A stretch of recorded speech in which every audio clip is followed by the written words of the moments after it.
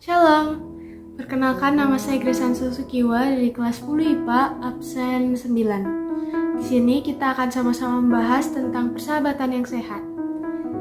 Nah, sebelum kita memulai membahas tentang persahabatan yang sehat ini, saya akan menjelaskan beberapa pengertian mengenai sahabat. Berikut adalah pengertian sahabat menurut KBBI. Sahabat adalah kawan, teman, dan handai. Sahabat dekat artinya sahabat karib. Sahabat karib artinya sahabat yang sangat erat atau baik dan teman yang akrab. Dan sahabat kental adalah sahabat karib. Selanjutnya ada ayat dari Alkitab, Amsal 17 ayat 17 yang menjelaskan sedikit banyak mengenai sahabat. Seorang sahabat menaruh kasih setiap waktu dan menjadi seorang saudara dalam kesukaran. Dan menurut saya sendiri, pengertian sahabat adalah seseorang yang sangat dekat dengan kita dan mengenali kita, juga mengasihi kita apa adanya. Seorang sahabat menjadi teman dalam kesulitan maupun dalam kesenangan. Sahabat yang baik dapat membantu kita untuk bertumbuh ke arah yang lebih baik. Selanjutnya, berikut adalah manfaat sahabat yang saya tahu dan yang saya temukan ayat referensinya juga dalam Alkitab.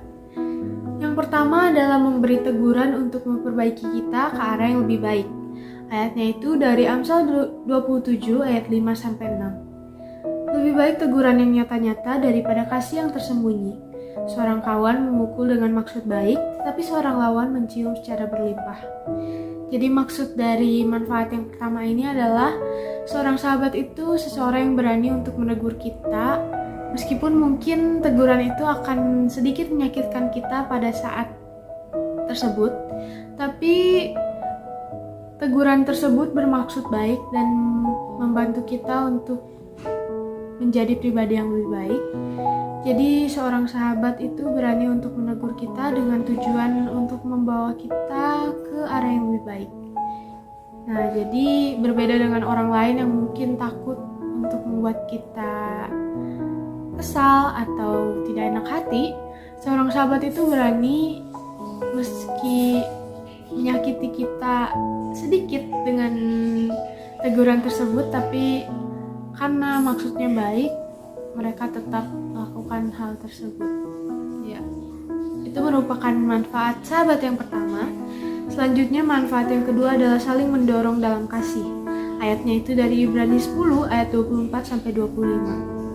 Dan marilah kita saling memperhatikan supaya kita saling mendorong dalam kasih dan dalam pekerjaan baik. Janganlah kita menjauhkan diri dari pertemuan-pertemuan ibadah kita seperti dibiasakan oleh beberapa orang, tetapi marilah kita saling menasihati dan semakin giat melakukannya menjelang hari Tuhan yang mendekat. Jadi seorang sahabat itu adalah seseorang yang mendorong dalam kasih. Seperti halnya dalam manfaat yang pertama, tujuan dari sahabat untuk menegur kita dan lain sebagainya itu dalam kasih. Tujuannya dan alasannya adalah kasih. Dan sahabat juga akan mendorong kita dalam kehidupan kita sehari-hari dan membantu kita untuk menjalani kehidupan kita itu atas dasar kasih.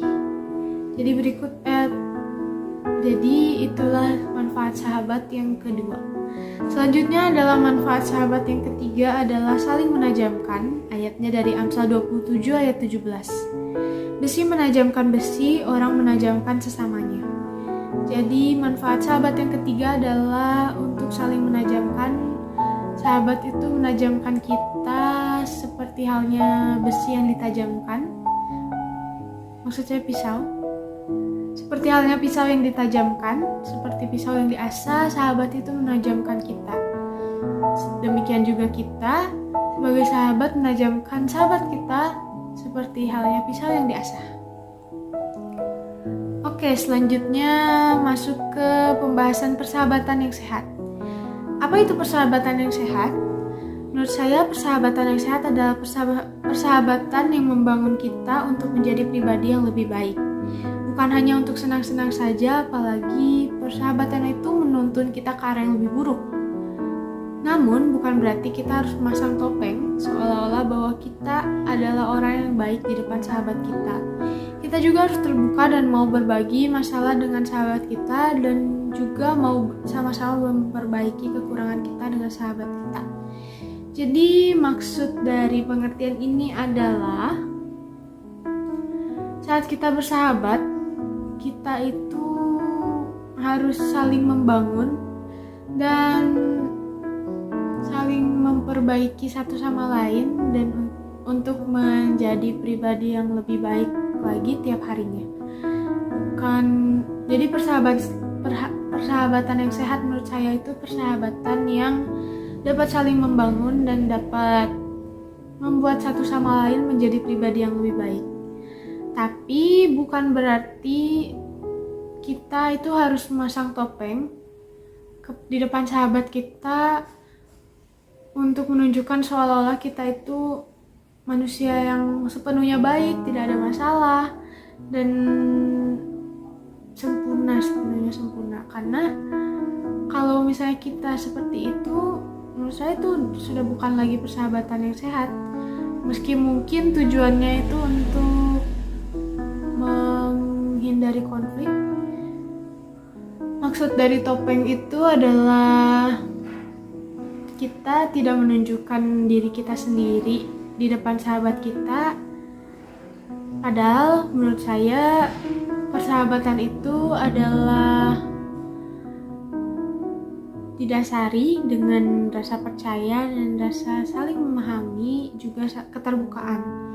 Jadi kita jangan demi mengejar persahabatan yang sehat, yang mungkin bagi banyak orang tuh persahabatan yang sehat itu persahabatan yang gak pernah berantem atau yang mulus-mulus aja hubungannya. Demi mengejar itu jangan kita jadi malah tidak membuka diri dengan sahabat kita, karena jatuhnya itu malah jadi seperti kurang mempercayai sahabat kita untuk yang mungkin mau mengenal kita apa adanya. Itu menurut saya. Jadi persahabatan yang sehat itu bukan persahabatan yang didasari dengan kebohongan dan ketertutupan, tapi keterbukaan antar sahabat itu. Ya, dan di sini ada beberapa nasihat dari Alkitab tentang persahabatan yang sehat, yaitu dari Amsal 22 ayat 24 sampai 25. Janganlah berteman dengan orang yang cepat marah, dan jangan bergaul dengan seorang pemarah, supaya jangan sampai kamu mempelajari jalannya dan memasang jerat bagi dirimu sendiri. Lalu yang kedua itu ada dari 1 Korintus 15 ayat 33. Janganlah kamu sesat, pergaulan yang buruk merusak kebiasaan yang baik. Berikut demikian adalah beberapa ayat yang dapat menjadi nasihat untuk kita untuk memiliki hubungan persahabatan yang sehat. Selanjutnya kita sudah ada di ujung dari penjelasan dan pembahasan kita pada hari ini. Berikut adalah kesimpulan yang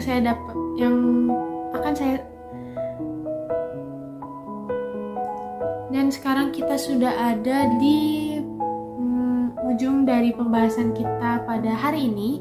Berikut adalah kesimpulan dari pendapat yang saya sampaikan pada hari ini.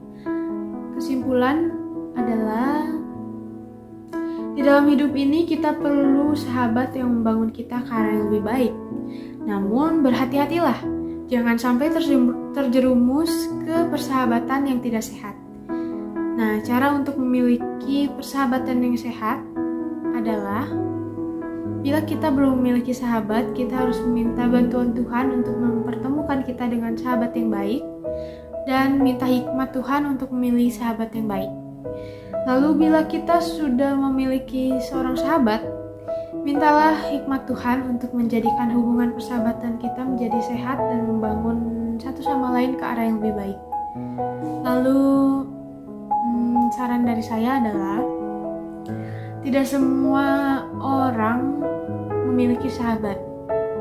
Beberapa mungkin hanya memiliki teman tapi bukan sahabat. Jadi bila kita memiliki sahabat, kita harus mempertahankan sahabat kita dengan sebaik mungkin dan menjadi seorang sahabat yang baik. Karena Tidak semua orang itu mempunyai sahabat. Jadi kita harus bersyukur bila kita memiliki sahabat. Oke, sekian pembahasan kita pada hari ini.